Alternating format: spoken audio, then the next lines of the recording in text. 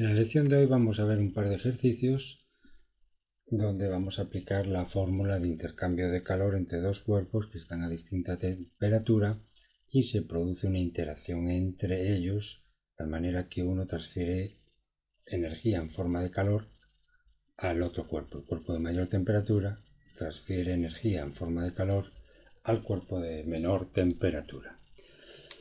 Bueno, pues vamos a leer este ejercicio primero. 1743. Se agregan 8.950 joules de calor a 3 moles de hierro. Entonces, tenemos aquí ya el dibujito preparado. Tenemos una masa de hierro cuya cantidad nos la dan en moles, 3 moles de hierro, al cual de su entorno le vamos a transferir desde el entorno al hierro, le vamos a transferir una cantidad de energía, transferencia de energía en forma de calor, cuya cantidad es 8.950 julios.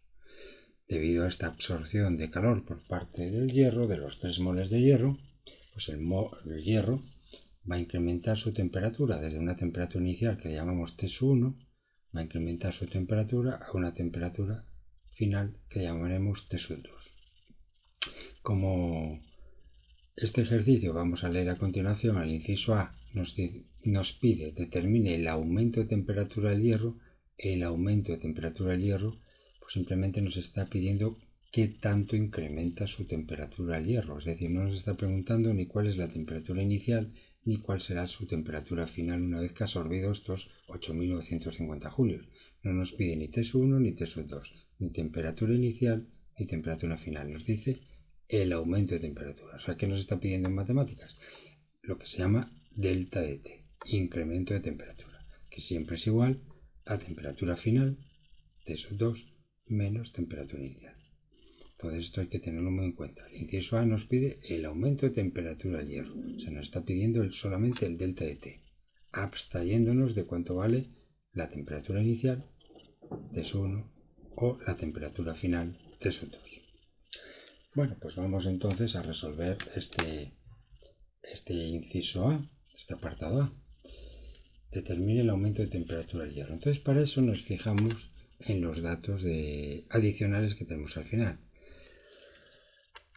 Y los datos del ejercicio. Como nos están dando julios, nos están dando moles, julios de calor, nos están dando moles de hierro. Entonces lo lógico es utilizar en la fórmula de intercambio de calor, en vez de utilizar el calor específico del hierro, que habla en julios y kilogramos, lo más lógico es utilizar su capacidad específica molar, porque la capacidad específica molar, como todos ya sabéis, sus unidades son julios, moles y Kelvin, o sea que utiliza julios y mol. Y esto cuadra, encaja un poquito más con datos del ejercicio. Calor en julios, ¿lo ven? Y moles de hierro. Encaja un poquito más las unidades de la capacidad específica del hierro con datos que nos está dando el ejercicio. En cualquier caso, si no encajaran ni con una ni con otra, ni con el calor específico ni con la capacidad específica del hierro, pues tendríamos que hacer una conversión de las unidades de los datos que nos da el ejercicio para que todo hable en julios y kilogramos y grados Kelvin, o todo hable en julios, en moles y grados Kelvin. Bien, entonces, ¿qué quiero decir con todo esto? Que tenemos dos formas de expresar la fórmula del intercambio de calor. Una es calor intercambiado entre dos cuerpos a distinta temperatura, que le llamamos Q, es igual, como sabéis, una forma de expresar es la masa por el calor específico por el incremento de temperatura. Esta es una forma de expresarlo. Pero también otra forma de expresar este calor intercambiado es utilizando la capacidad molar del hierro, capacidad específica molar del hierro, C mayúscula. Y entonces la fórmula esta se transformaría en N, que es el número de moles de ese material, por la capacidad específica molar, que en este caso se llama C mayúscula, por el incremento de temperatura. Entonces, como estoy diciendo que lo más adecuado es utilizar aquí el calor específico por el tema de las unidades del calor de la capacidad específica que cuadran mejor con los datos del ejercicio, pues si voy a utilizar C mayúscula, va a ser más conveniente utilizar entonces el segundo modo de describir la fórmula de intercambio calor, que es con el calor específico, con la capacidad específica molar, C mayúscula. Entonces voy a utilizar esta fórmula. Entonces vuelvo a escribir. Lo que voy a utilizar en este ejercicio es que el intercambio de calor Q, en este caso va a ser un calor absorbido por el hierro, va a ser igual al número de moles del hierro, que le llamamos N, por la capacidad específica molar, que le llamamos C mayúscula, por el incremento de temperatura. Ya veis que aquí todos los datos cuadran. Calor cuadran con datos del ejercicio, quiere decir, calor es un dato del ejercicio que está en julios, 8.950 julios. N, número de moles del material que va a absorber ese calor, que en este caso son 3 moles de hierro. Capacidad específica molar, C mayúscula, que en este caso es 26.3 joules sobre mol por grado Kelvin. Y el incremento de temperatura va a ser nuestra incógnita. Recordad que es lo que nos pide el ejercicio, el incremento de temperatura. El aumento de temperatura es el incremento de T en esta formulita, que es la segunda versión, como os recuerdo, la segunda versión de la fórmula de intercambio de calor, donde utilizo la C mayúscula. Bueno, pues entonces, pues vamos a despejar nuestra incógnita, incremento de T. Despejamos, voy a despejar incremento de T y lo llevo al lado izquierdo, que es más cómodo. El incremento de T, que es nuestra incógnita, el aumento de temperatura, pasa igual, el N pasa dividiendo al lado donde está Q, y la capacidad específica molar, C mayúscula, también pasa dividiendo al Q en el otro lado. Con lo cual, Q va a quedar dividido en su lado por el número de moles y la capacidad específica molar del hierro. Y ahora pues ya simplemente es desplegar los datos con las unidades. Q mayúscula es la cantidad de calor que absorbe el hierro en este ejercicio. 8.950 joules o julios de energía, de calor, dividido entre el número de moles del hierro, 3 moles, multiplicado por el calor específico molar o capacidad específica molar del hierro, que es 26.3 joules sobre mol por grado Kelvin. Esto es muy importante, poner muy bien las unidades para ver cuál es la unidad final resultado de este cálculo. Muy bien, entonces ahora en una siguiente línea vamos a hacer los cálculos. Primero las unidades, vamos a ver la unidad final de salida. Ya veis que ¿por qué hemos utilizado la capacidad específica molar del hierro? Porque mirad que con las unidades de la capacidad específica del hierro se me va a ir todas las unidades, y únicamente me va a quedar unas unidades que corresponden a la temperatura que estoy pidiendo, a un aumento en temperatura. Porque veis aquí que la unidad joules del denominador se va con esta unidad joule, el mol aquí en el denominador se va con este mol de aquí, de la C mayúscula, y el grado Kelvin que está aquí dividiendo en el denominador, está dividiendo aquí, pasa para arriba multiplicando, es decir, que la unidad final de salida va a ser Kelvin. Por tanto, el aumento de temperatura que me está pidiendo el ejercicio, utilizando estos datos, no van a ser grados Celsius, van a ser grados Kelvin. Y bueno, pues ahora operamos. 8.950 lo dividimos entre 3 y el resultado a su vez lo volvemos a dividir entre 26.3. Entonces lo hacéis con la calculadora, lo estoy haciendo yo mientras hablo con vosotros. 8.950 lo dividimos entre 3 y a su vez lo volvemos a dividir entre 26,3. Y esto nos da un resultado que es 113.43 más o menos, redondeando, grados Kelvin. Y este sería el resultado del incremento de temperatura en grados Kelvin.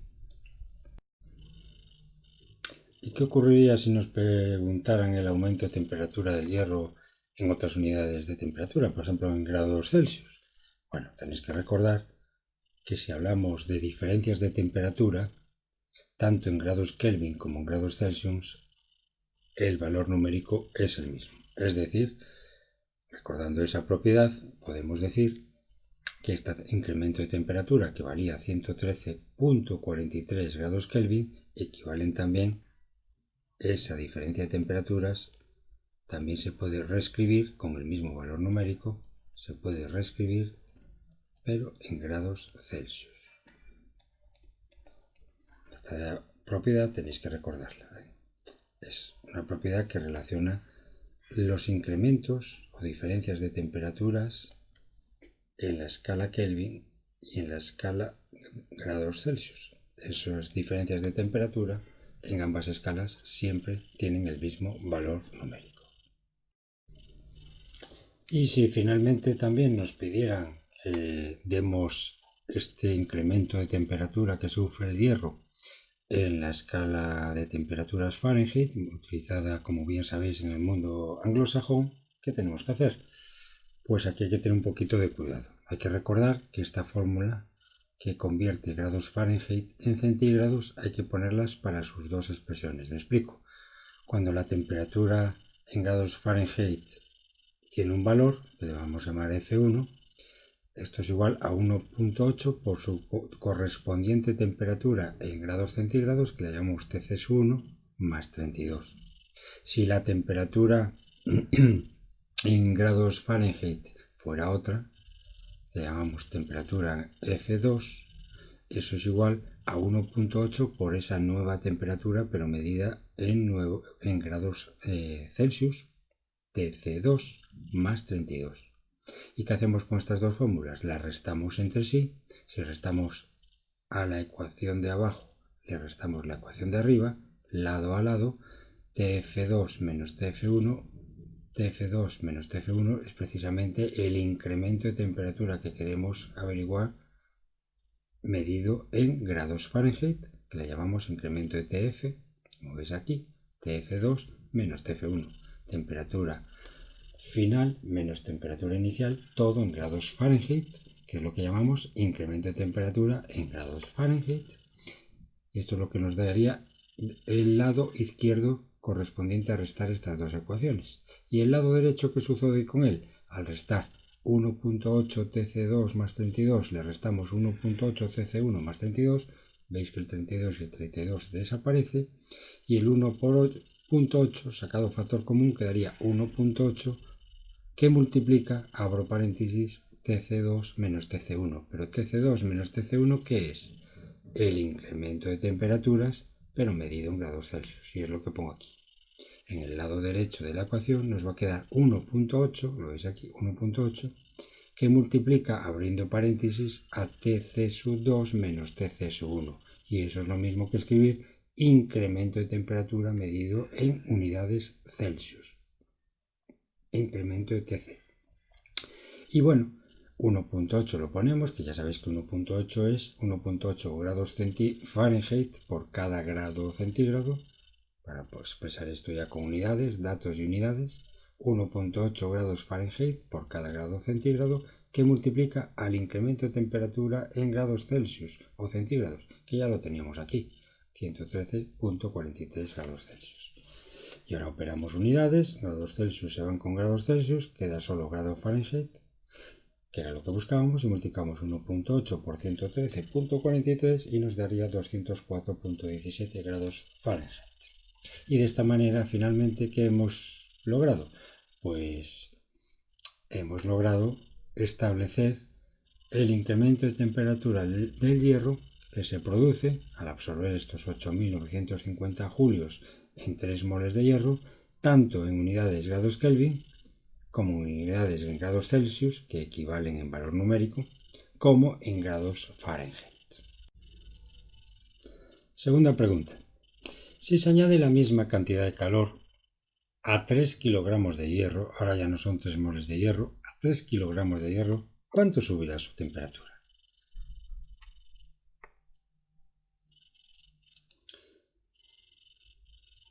Bueno, pues aquí tenéis el planteamiento de este nuevo problema.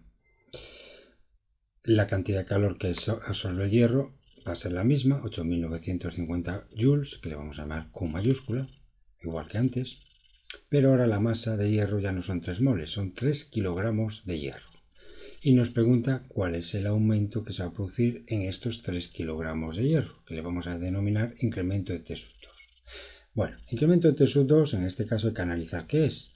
Pues será temperatura final que alcanzará ahora el hierro, que ya va a ser distinta al caso anterior, suponiendo la misma temperatura inicial que en el caso anterior, T sub 1, pues la temperatura final le vamos a llamar T3. Suponemos que es distinta al T sub 2 del caso anterior. Y el incremento de temperatura que me pide el ejercicio, que le estoy llamando incremento de T2, entonces, ¿qué será finalmente? T sub 3 menos T sub 1. Temperatura final menos temperatura inicial. Pero en este ejercicio, en este apartado B, tampoco nos pide cuánto vale la temperatura final ni inicial. Nos pide cuánto es el incremento de temperatura, este incremento de T sub 2. Por lo tanto, eso es lo que tenemos que tener en cuenta en los cálculos, que yo solo voy a calcular el aumento de temperatura, el incremento de T sub 2. Muy bien, pues para eso utilizamos de nuevo la fórmula del intercambio de calor, la Q, en función o bien de la masa en gramos o bien del número de moles. Como en este caso nos están dando la masa, veis aquí a la izquierda, nos están dando la masa, 3 kilogramos de hierro, pues conviene entonces utilizar la primera versión de la fórmula de intercambio de calor, que es que el calor igual a la masa del material, que en este caso van a ser 3 kilogramos, la masa por, y en vez de capacidad específica molar, que era la C mayúscula, ahora ponemos la C minúscula, que es el calor específico del hierro. ¿Por qué ponemos el C minúscula? Porque en la versión de masa se pone la C minúscula, en la versión de número de moles, N, se pone la C mayúscula, eso recordarlo siempre. O sea que en esta versión de masa pues se pone la C minúscula, que quería decir calor específico, en este caso del hierro, por el incremento de temperatura que va a producir sobre esta masa y esta absorción de calor de 8.950 joules. Eso es lo que estábamos llamando, ese incremento de temperatura, es lo que estábamos llamando incremento de T2, y lo ponemos aquí en esta fórmula. Y bueno, pues ahora ya a despejar lo que nos interesa en esta fórmula. ¿Qué nos interesa? Pues despejar incremento de T2. Pues despejamos incremento de T2, que es lo que nos pide este apartado, y nos da lo siguiente. Incremento de T2 es igual al calor Q dividido entre la masa por el calor específico. Y ahora pues a despejar datos en el siguiente renglón, despejamos los datos. El Q, que en este caso es Q absorbido por el hierro, ¿cuánto vale? Pues en julios, ¿verdad? 8.950 joules o julios, que es la misma cantidad de calor que en el apartado anterior. Pero ahora la masa es distinta, ahora la masa está en kilogramos y, si mal no recuerdo, vamos a observar aquí los datos, la masa ahora son 3 kilogramos y expresada en kilogramos, no en moles. Entonces aquí ponemos la masa 3 kilogramos multiplicado por el calor específico del hierro. El calor específico en su versión julios kilogramos por kilo. Como estamos utilizando la masa en kilogramos, pues el calor específico es mejor que lo expresemos en julios sobre kilogramo grado Kelvin, ¿verdad? Y entonces ahí tenemos el dato del calor específico en estas unidades, 470 por julios sobre kilogramo y grado Kelvin. Recordad que el grado Kelvin no se pone el circulito ese como en grados Celsius y Fahrenheit. Muy bien. Pues ahora vamos a operar primero unidades para ver si la cosa va bien. En dimensiones, kilogramo se va con kilogramo, el julio se va con el julio y el Kelvin que está dividiendo aquí pasará arriba como grado Kelvin. Por tanto, el resultado final, las unidades de este incremento de temperatura que llamamos incremento de T sub 2, sus unidades serán grados Kelvin. Y ahora pues simplemente es operar en la calculadora esta operación con los datos numéricos. 8.950 dividido entre 3 y a su vez multiplicado aquí abajo por 470. Y bueno, y aquí ya tenéis el resultado final. El incremento de temperatura que se produce solamente produce un incremento de temperatura de 6.35 grados Kelvin. En este apartado C nos piden que comparemos los resultados obtenidos. Bueno, vamos a recordar. En el primer apartado teníamos 3 moles de átomos que absorbían 8.950 julios y producían un incremento de temperatura de 113.43 grados Kelvin. En el segundo caso teníamos 3 kilogramos de hierro que al absorber esa misma cantidad de calor de 8.950 julios solo le produce un aumento de temperatura de 6.53 grados Kelvin. Bien, entonces para comparar ambos casos vamos a pasar, si os parece, vamos a pasar los 3 kilogramos. Los 3 kilogramos en el segundo caso lo vamos a pasar a moles para poder comparar moles del segundo caso con moles del primer caso. Entonces, para pasar 3 kilogramos a moles, recordad que dividimos la masa en kilogramos, la dividimos entre su masa molar, que la masa molar del hierro es 0.0559 kilogramos por cada mol. Eso es lo que se llama masa molar. La masa en kilogramos que corresponde a cada mol de átomos de hierro. Si hacemos esta división, obtenemos que 3 kilogramos son equivalentes a 53.67 moles de átomos de hierro. Entonces comparamos el primer caso con el segundo caso. En el primer caso solamente tenemos 3 moles de átomos de hierro, que equivalen por el número de Avogadro, como sabéis, a 3 por 6,023 por 10 elevado a 23 átomos de hierro. Es decir, 3 moles de átomos de hierro, los cuales van a absorber esta cantidad de energía en forma de calor. Bien, y en el segundo caso tenemos muchos más moles de átomos de hierro. Tenemos 53.67 moles de átomos de hierro, a los cuales les vamos a suministrar la misma cantidad de calor que en el primer caso, 8.950 julios en forma de calor. ¿Por qué en el primer caso se produce un incremento de temperatura en los 3 moles de 113.43 grados Kelvin y en el segundo caso, que son muchos más moles, se produce solo un incremento de temperatura de 6.53 grados Kelvin? Bueno, esto es lo que dijimos en la teoría de que la cantidad de calor va a producir un mayor o menor aumento de temperatura a un material dependiendo del número de átomos que contenga. ¿Quién contiene más átomos? ¿En el caso A o en el caso B? Pues el caso B, pero en ambos casos absorben la misma cantidad de calor. Esa cantidad de calor, por el principio de conservación de energía, en el primer caso tiene que repartirse entre 3 moles de átomos. Sin embargo, esa misma cantidad de calor, por el principio de conservación de energía, se tiene que repartir en el segundo caso entre 53.67 moles. Es decir, que en este segundo caso, esta misma cantidad de energía que se absorbe tiene que repartirse entre más moles de átomos del hierro. Es decir, que a cada mol de átomo de hierro le corresponde una menor porción de energía de Q. O bien dicho de otra manera, a cada átomo en el segundo caso, a cada átomo de esos 53.67 moles, a cada átomo de hierro, le corresponde una absorción de energía menor que en el primer caso. Porque en el primer caso solo hablamos de 3 moles y en este caso 53.67 moles. Y en ambos casos esta cantidad de energía es la misma. Es decir, que la cantidad de energía, 8.950 julios, tiene que repartirse entre más moles, entre más átomos en el segundo caso que en el primer caso. Por lo tanto, como la temperatura interna de un material depende de la energía cinética molecular media a nivel molecular o a nivel atómico en este caso, se cuantifica, como sabéis, con la temperatura, es por lo que justifica que la temperatura sube mucho más en el primer caso que en el segundo. ¿Por qué? Porque en el primer caso, esta temperatura nos da una idea de la energía media, el incremento de energía media interatómica, o de cada átomo, de los 3 moles de átomos de hierro. Y los 6.53 nos da idea del incremento de la energía que se produce a nivel atómico, energía media, cinética, que se produce en cada átomo en este segundo caso. ¿De acuerdo?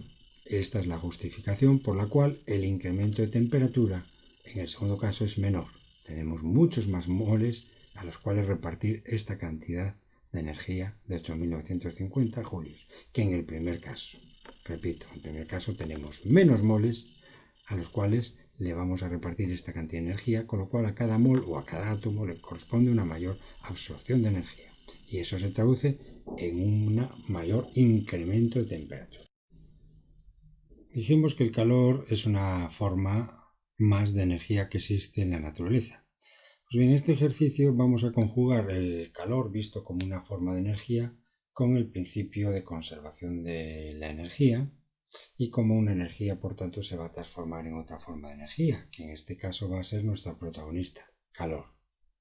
Vamos a leer el ejercicio. Un clavo que se clava en una tabla sufre un aumento de temperatura.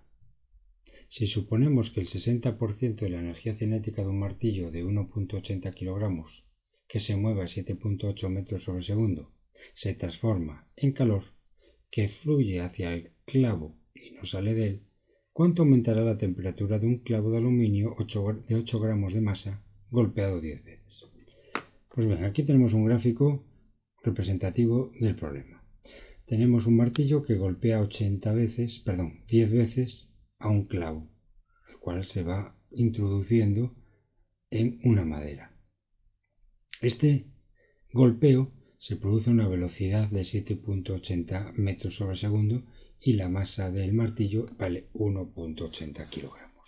Entonces, ¿qué es lo que ocurre aquí? Pues aquí lo que ocurre es que la energía que contiene el martillo, debido a su masa y a su velocidad, se denomina energía cinética. Y esa energía cinética del martillo, su valor, como bien recordáis de física elemental, es un medio de su masa por su velocidad al cuadrado. Con lo cual aquí pues podemos hacer un cálculo inicial de la energía cinética que contiene el martillo debido a su masa y velocidad antes del momento de golpear al clavo de aluminio. Esa energía cinética vale un medio por su masa, 1.8 kilogramos, masa del martillo, por su velocidad, 7.8 metros sobre segundo a la cuadrada. Lo calculamos y da 54.756 julios. Esta es la energía que lleva almacenado el martillo antes de cada golpe contra el clavo de aluminio.